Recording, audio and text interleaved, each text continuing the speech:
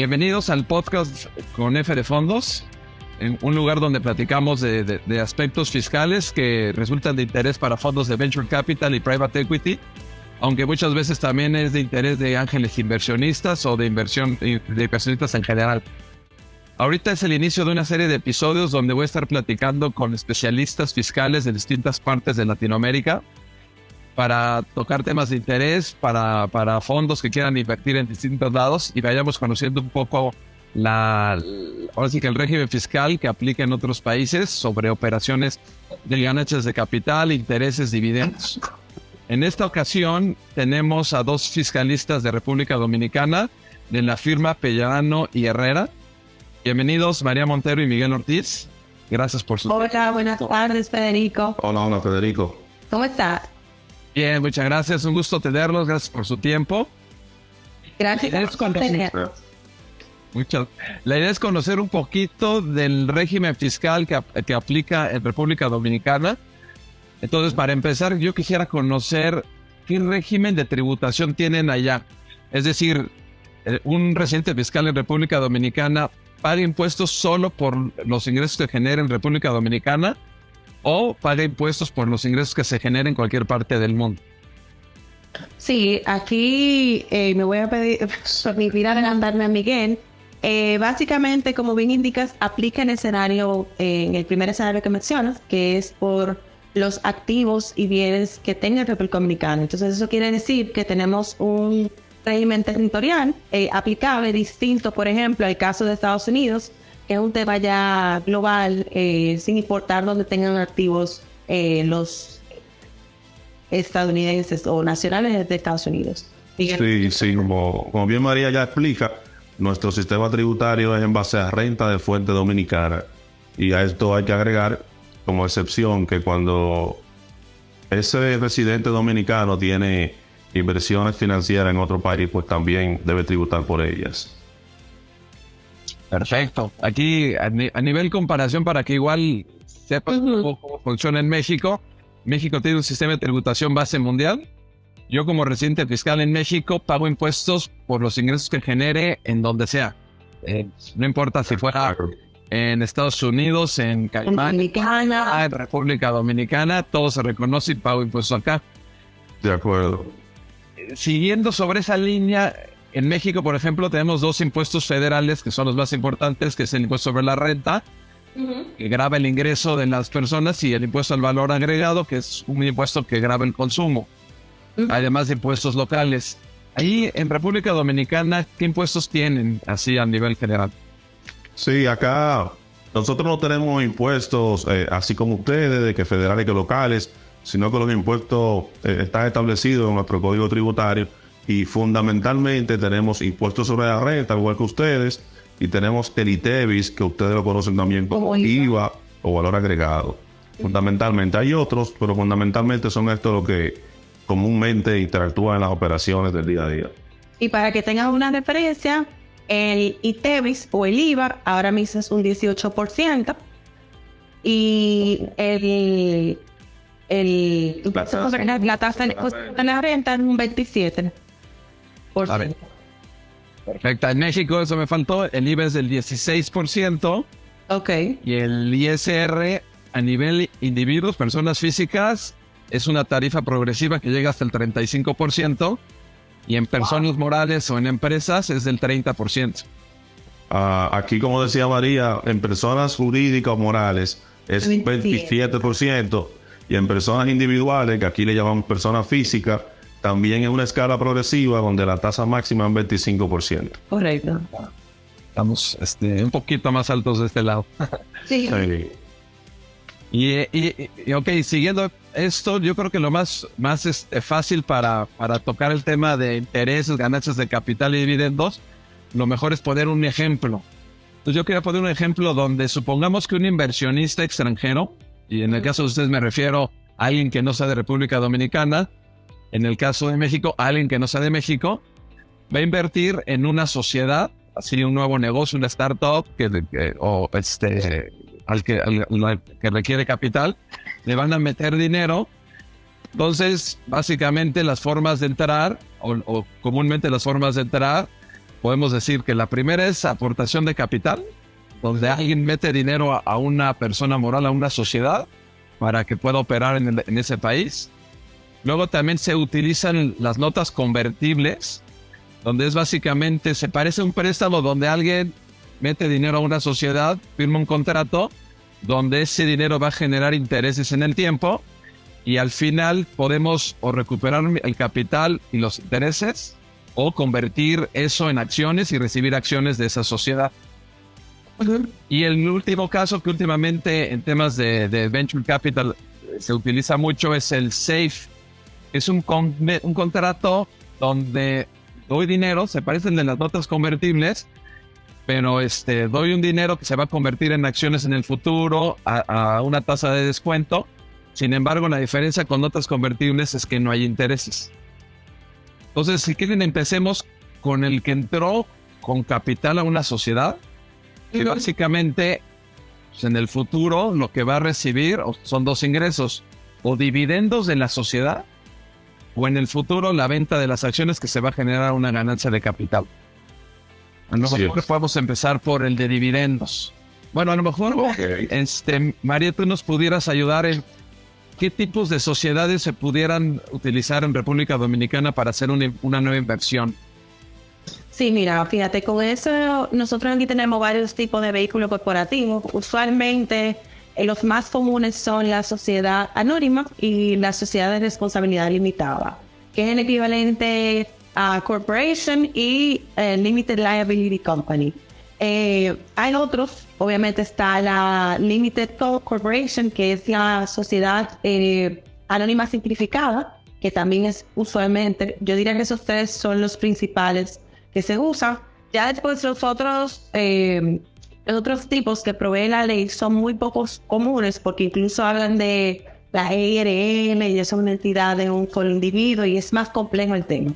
Pero para responder tu pregunta, yo creo que la más común es la Limited Liability Company, que es la sociedad de responsabilidad limitada. Es la más sencilla para incorporar. Incluso, es muy común que para esos inversionistas que a veces desean una pronta entrada al mercado, obtener lo que es una shell company o una compañía de carpeta, que usualmente en las compañías de carpeta, las más comunes, por el tema de que el capital es 100,000 pesos dominicanos, son las que están más disponibles. Con eso te quiero decir que el mínimo de accionistas son 2, no debe de haber un solo. Los accionistas pueden ser personas físicas como personas morales o jurídicas. No tiene que ser nacional, dominicano, o sea, puede ser un extranjero. Tanto la entidad, el socio como una entidad o una persona física, que es una pregunta muy común que siempre tenemos. Parece que en algunas jurisdicciones hay una limitación al respecto. A modo general también, si no se desea adquirir una compañía de carpeta que ya esté prehecha, es básicamente bastante sencillo el proceso de incorporación. Eso solamente requiere de un acta de asamblea con su nómina de presencia, mediante la cual se conocen los estatutos, se designa el gerente, y nada, eso va a Cámara de Comercio, va a DGI. En Cámara de Comercio se obtiene lo que es el registro mercantil, el certificado de registro mercantil, y ya en DGI lo que es el acta de NNC, o para ustedes sería el equivalente a número de tributación, en algunos países de ley RUC y demás. Perfecto. Sí, en México se llama el RFC, el Registro Federal de Contribuyentes. Y en México igual las sociedades que más se utilizan como vehículos son la sociedad anónima, que es la SA. Y últimamente también se tuvo mucho uso las SAPIs, que son sociedades anónimas promotoras de inversión, que la verdad que el éxito de la SAPI fue que podías tener series de acciones con derechos diferenciados entre la serie A y la B, donde podías pactar más dividendo a una serie que a otra, o quitarle el voto a una que a otra. Entonces eso da mucha flexibilidad para los fondos. Ya, bueno, pero nosotros pudiéramos hacer eso en cualquiera de las modalidades o tipos societarios, simplemente plasmarlos en los estatutos, en lugar de elegir un tipo societario u otro. Perfecto. Y luego aquí la SA también ya se modificó y también podemos empezar a tener ciertas diferencias entre una serie y otra. Y también tenemos una sociedad de responsabilidad limitada que esas utilizan mucho los vehículos americanos porque pueden consolidar los resultados en Estados Unidos. Entonces, ellos utilizan mucho las SDRLs. Entonces, estamos similares en... Sí, similar. Bueno, yo te comento sí que aquí las NCA sí obviamente son mandatorias, que se me pasó puntualizarte eso, cuando es una entidad que va a entrar en un sector regulado. Casi siempre que si telecomunicaciones o demás sectores regulados, sí, entidades financieras igualmente, o de mercado de valores, que van a prestar ya, o sea, a formar una entidad que va a estar dentro del sector regulado. Ahí sí casi siempre en todos los escenarios se requiere que sea una SA porque el capital mínimo es 30 millones de pesos dominicanos. Entonces ya requiere de una liquidez mayor de parte de los inversionistas. Entonces por eso prefieren optar, si no está en un sector regulado, que sea una SRL. Me pasó comentarte también que el hecho de que para algunos funciona establecer una sucursal aquí, que también es bastante expedito el proceso, es básicamente como una sucursal, es un espejo de la casa matriz. Al final es simplemente registrar los documentos corporativos de su jurisdicción de origen ante la Cámara de Comercio y luego pasarlo por la DNI para obtener el RNC que te comentaba ahorita. Perfecto. No, muchas gracias, María. Y entrando un poquito ahora sí a la parte fiscal, y creo que esto es contigo, Miguel. Supongamos que esta empresa que ya armamos en República Dominicana pues, genera una utilidad en el año de 1,000, llamémosle 1,000 lo que sea. Entiendo, paga el 27%. Así es. Entonces, te sobran 730. O sea, de los 1,000 pagué 270 de impuestos, me sobran 730. Si esos 730 los quiero subir como dividendos a los accionistas, ¿hay algún efecto de retención o no? Sí, claro. En este caso, si yo voy a repartir dividendos a los accionistas, no hay discriminación entre si los accionistas son dominicanos o si son extranjeros. El tratamiento fiscal es el mismo. Y la tasa de tributación, en este caso, la empresa que va a pagar el dividendo a sus accionistas debe retenerle el 10%. Y ese 10%, mediante un formulario que hay para esto, se presenta a la administración tributaria, que aquí le llamamos Dirección General de Impuestos Internos. Por ejemplo, si yo le entrego el dividendo el día de hoy, pues yo tengo hasta el día 10 del próximo mes, los primeros 10 días, para yo esa retención del 10% presentársela a la administración tributaria. Ahí sería bueno puntualizar, Miguel, que nos pasó recientemente, Federico, que alguien nos hacía la pregunta de ¿y qué pasa si yo no tengo una cuenta bancaria en Dominicana, sino que la tengo en Estados Unidos? Y mis dividendos me los van a pagar en esa cuenta. Exacto. Sí, el tratamiento es el mismo. Yo le puedo pagar el dividendo localmente en una cuenta que tenga acá, lo puedo pagar en una cuenta que tenga en el exterior. Y para fines fiscales el tratamiento es el mismo. Lógicamente, si la cuenta es en el exterior, aquí ya lo que puede variar es el tema de cargos bancarios, que cada banco pues tiene su tratamiento. Esa es la única diferencia, pero fiscalmente la retención del 10% va a ser la misma, sea que le pague aquí a República Dominicana o en una cuenta que él tenga en otro país. También es importante mencionar que ese dividendo, el accionista puede ser tanto una persona física, que ustedes le llaman individual, pero puede ser una persona jurídica o moral, como ustedes le llaman también. Y también la tasa de retención es un 10%, independientemente de que sea persona física o que sea jurídica, independientemente de que ese accionista sea dominicano o sea extranjero. Perfecto. Aquí en México, en cuanto a la tasa de retención, es similar. O sea, en México, el ejemplo sería una empresa ganó 1,000 pesos, la tasa es el 30, entonces pago 300, los 700 los puedo subir como dividendo. Si los recibe otra persona moral, otra empresa mexicana, no hay retención, le llegan sus 700 directos. Si lo recibe una persona física mexicana, aplica una retención del 10%, igualito que ustedes, que lo hace la empresa y lo entera, aquí en este caso es al SAT. Okay. Y si lo recibe un extranjero, también aplica la retención del 10%. Sin embargo, ahí tenemos que ver si hay un tratado de México con el país del extranjero. Por ejemplo, en Estados Unidos, en algunos casos, la retención baja al 5%. De acuerdo.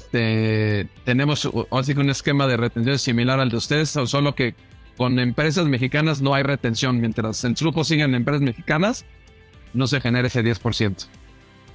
Y qué bueno que tú mencionas, que ahora se me ocurrió la idea, con el tema de los tratados de doble tributación, sería bueno puntualizar también que la República Dominicana tiene solamente 2 tratados para evitar la doble tributación.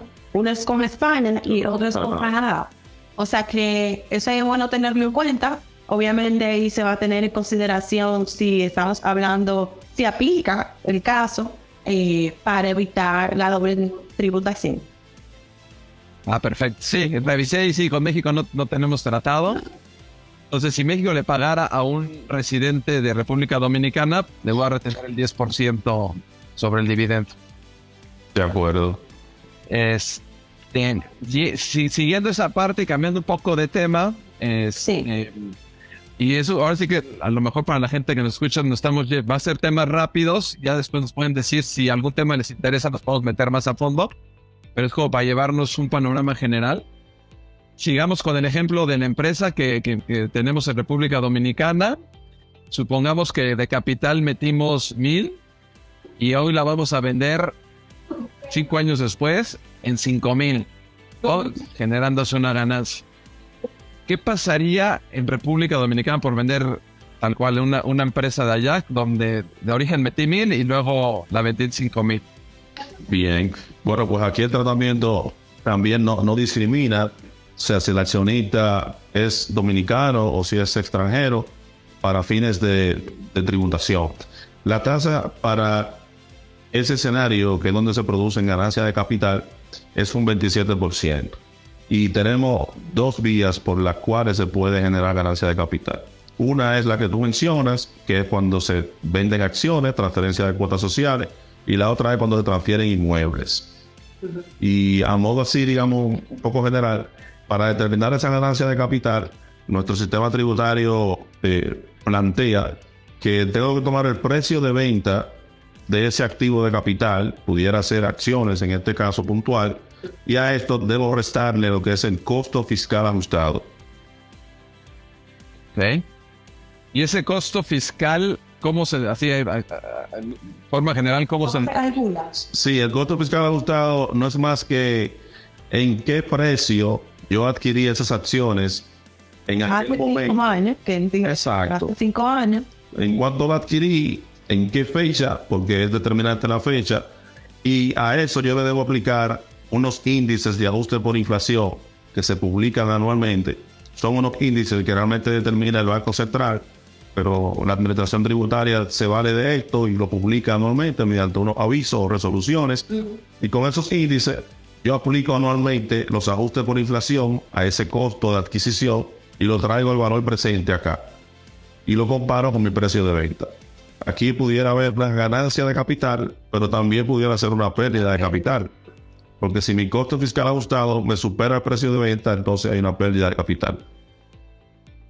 Ok, ahí me surgen 2 preguntas antes de entrar a la parte de México. O sea, si genera una pérdida de capital, los residentes en República Dominicana la pueden aplicar contra cualquier tipo de ingreso. No contra cualquier tipo de ingreso. Se puede compensar solo contra futuras ganancias de capital. Así lo establece nuestro Código Tributario. Ok. Y me gustaría puntualizar, Fede, el tema de que hay una ganancia o hay una pérdida. Es importante. Eso no es, o sea, la DGI, en este caso la autoridad tributaria, hace una determinación. Entonces, lo que usualmente nuestros clientes nos solicitan y nosotros recomendamos siempre en los casos es que se obtenga un tax ruling, se hace una solicitud formal ante la DGI, mediante la cual se explica la transacción, se depositan una serie de documentos en donde el departamento correspondiente hace una evaluación del caso a nivel macro y valida, incluso porque se deposita un cálculo estimado en base a una revisión de los estados financieros y demás, validan esos números y ya emiten la determinación formal, exacto, una resolución formal que dice la sociedad tal, o bueno, el individuo X, dependiendo si son personas físicas o jurídicas, se ha determinado que una menor de capital de tanto, y entonces debe de pagar su impuesto de banco. Ok. O sea, ellos determinan la ganancia y el monto que tienes que pagar. Es así.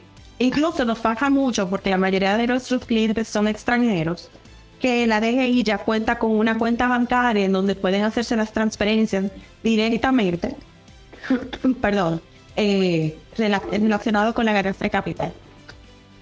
Ah, perfecto. Y una pregunta, si el que vende es un extranjero, ¿el impuesto se lo retienen al vendedor?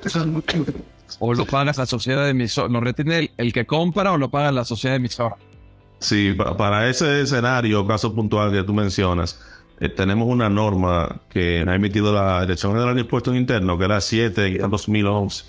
Y esa norma establece que para esos casos, pues la entidad donde están las acciones, que es una entidad local, lógicamente, o sea, aquí en República Dominicana, pues tiene la responsabilidad de actuar como agente de retención del 1% del precio pactado, precio de compraventa pactado. Ese 1% entonces actúa como un crédito para el vendedor, que es quien genera la ganancia de capital. Ok, perfecto. Clarísimo. Aquí en México creo que tenemos igual cosas similares. En la utilidad se determina precio menos costo fiscal de acciones, igual que ustedes. El costo fiscal aquí es cuánto me costaron las acciones, ya sea cuánto capital aporté a la sociedad o si fue compraventa de acciones, cuánto me costaron, actualizado por inflación, idéntico. Pero hay varios componentes adicionales que juegan, que a nivel muy general es si la sociedad en esos 5 años generó utilidades, que ya pagaron su impuesto, pero no saqué el dividendo, sino las dejé ahí adentro, esas utilidades me suman costo fiscal, o sea, me incrementan mi costo, y si hubiera pérdidas fiscales que no he amortizado, esas pérdidas me disminuyen mi costo. Aquí es igual. También juega. No te lo mencioné ahorita, como no estamos con tantos detalles. La general sí, igual. Aquí tenemos una norma también, que es la 7/2014, que esa norma le otorga la facultad a la administración tributaria para fiscalizar, determinar a los contribuyentes, o sea, auditarlo. Y esa norma también establece que tanto lo que son las utilidades retenidas, la reserva legal o pérdidas acumuladas que pudieran haber, como tú planteas, pues son parte del costo fiscal de esas acciones. O sea, al momento de transferirla, yo no puedo, por ejemplo, si yo tengo utilidad acumulada por, digamos, 50 millones de pesos, al momento de transferir mis acciones, yo no puedo transferirla por debajo de ese monto. Tengo que calcular mi costo fiscal, pero sumarle esas utilidades, porque esas utilidades al final son de los accionistas, son de los socios. Igual la reserva legal, pero si hay pérdida acumulada, también esa pérdida va a afectar a la inversión de los socios. Ok. Similar en México también. Sí. Aquí cuando vende, por ejemplo, un extranjero, la regla inicial es retención del 25% sobre el precio de venta. Es muy alta. Es alta, sí. Y pueden ellos dictaminar la operación, que quiere decir que un contador va a hacer un estudio, va a determinar la ganancia, va a determinar el impuesto y va a presentar un estudio al SAT diciéndole el impuesto es de tanto. Si optas por eso, el extranjero puede pagar el 35% sobre la ganancia. En muchos casos, cuando la ganancia es muy grande, conviene el 25% sobre el precio, pero si no, muchas veces conviene dictaminar. Hay restricciones, ciertos países que no pueden dictaminar esas transacciones, pero eso opera y luego hay que ver el tratado. México tiene celebrados muchos tratados y por lo general con muchos países lo que te dice es que si tú tienes menos del 25% de la tenencia accionaria en la empresa extranjera y la vendes y llevas más de 12 meses con esa participación y la vendes, muchas veces no aplica una retención, ¿no? Entonces puede haber extranjeros que vendieron una empresa mexicana con esto, con menos del 25 y con más de 12 meses de tenerla y no aplica una retención. Eso es para extranjeros. Para personas morales mexicanas se determina, se va a determinar el impuesto y ellos lo pagan. Y si fueran personas físicas mexicanas los que venden, igual aplica una retención del 20% o dictaminan y pagarían hasta el 35% sobre la ganancia. Ok. Sí, aquí no tenemos esas particularidades que tú mencionas, así puntual. Somos como más estándar, más generalizado en nuestro sistema tributario. O sea, le aplica casi lo mismo, sea extranjero o sea residente dominicano, salvo cuando hay, por ejemplo, un extranjero, pero que es de Canadá o de España, que ya ahí entra en juego los tratados que mencionaba María Montero hace un rato. Perfecto. No, clarísimo. Y creo que ya por último sería la parte de intereses para aquellos que entran como una nota convertible y la empresa en República Dominicana le va a pagar intereses a un extranjero. La duda puntual sería, ¿ahí hay retención sobre los intereses o no? Sí, tenemos retención sobre intereses. En el caso, por ejemplo, si una empresa acá en República Dominicana tomó un financiamiento con un banco que está en otro país, vamos por Estados Unidos, México, pues al momento de pagar los intereses, debe retener un 10% de los intereses. Ahora, si ese banco es local, no aplica esa retención. Ok. Pudiera ser que el préstamo sea con una persona individual o física, no con una entidad financiera. Y si es así, sea local o esté en el extranjero, la retención del 10% de interés se aplica también. Y ahí me gustaría hacer mención, Federico, que es muy usual que cuando hay entidades dominicanas que están tomando préstamos con entidades extranjeras, lo que usualmente ocurre es que se inserta la cláusula de cross-out para temas fiscales para evitar que esta retención que bien menciona Miguel impacte el tema del pago de interés o de causa. Sí, muy bien ese punto de María para evitar como que se erosione la base. Entonces lo que se hace es que se incrementa con el grosor y al final cuando tú le aplicas la retención queda en el monto neto que inicialmente pues el suplidor quería o esperaba. Clarísimo. México funciona muy similar, igual aplica retenciones que van desde el 4.9 hasta el 35, dependiendo quién es el que recibe el interés. Tenemos que identificarlo muy bien. Y sí, muchos contratos que revisas con instituciones financieras extranjeras, es muy común eso de la piramidación, donde ellos dicen, a mí me pagas 100 de intereses y si hay alguna retención, la tienes que piramidar y la absorbes. La tienes que absorbir tú, correcto. Incrementa tu costo. Ese tema del interés y las retenciones, igual lo que puede ser que no sea intereses, sean retenciones por servicio. Y siempre te recomiendo que al momento de hacer el acuerdo transaccional entre comprador y vendedor, ahí es que se deben poner sobre la mesa cuáles son los puntos. Porque muchas veces no se ponen esos puntos sobre la mesa al momento del acuerdo y al momento de hacer el pago, entonces quien está pagando exactamente hace la retención y quien está recibiendo no estaba claro de lo que iba a recibir. Y entonces ahí vienen los problemas y los inconvenientes. Pero yo creo que hay que decir algo bueno del paso de los tiempos, es que cada vez más las personas se han dado cuenta del impacto fiscal que tiene cualquier movimiento que tú hagas. O sea, cualquier transacción, cualquier operación. Entonces, yo creo que cada día más, por decirlo, persona que esté pensando en invertir en un negocio, en montar en un negocio, o sea, lo que sea que tenga que ver con una operación, definitivamente busca una asesoría fiscal para tener claridad en ese aspecto. Exacto. Fiscal y legal, no van de la mano una cosa con otra. Claro, pero digo fiscal no hay impacto. Exacto. Sin duda. Sí, el fiscal legal sin duda va de la mano. Pues creo que la verdad que podemos seguir platicando. Hay muchos temas que podríamos saltar, pero creo que ahorita tocamos los más generales. Les agradezco su tiempo, su disposición para platicar de esto. Seguramente surgirán dudas de gente que nos escuche. Claro. Pónganlas en los comentarios y con gusto se las iremos resolviendo. Estarán los datos de María y de Miguel, los míos también, y con gusto podemos seguir platicando de este tema.